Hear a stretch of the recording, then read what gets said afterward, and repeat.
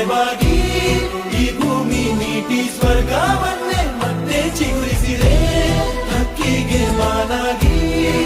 ಮತ್ತೆ ನಾನು ಜಯರಾಜ್ ನಾಯ್ಡು ಮಾತಾಡ್ತೀನಿ. ಇವತ್ತು ನಮ್ಮ ಲಗ್ಗೆರೆ ಮುಖ್ಯ ರಸ್ತೆಯಲ್ಲಿರ್ತಕ್ಕಂತಹ ನ್ಯಾಷನಲ್ ಟೆಲಿಕಾಂ ಕಂಪನಿಯ ಅಂಗಡಿಯ ಮಾಲೀಕರಾದಂಥ ಸಮೀರ್ ನನ್ನ ಆತ್ಮೀಯರು.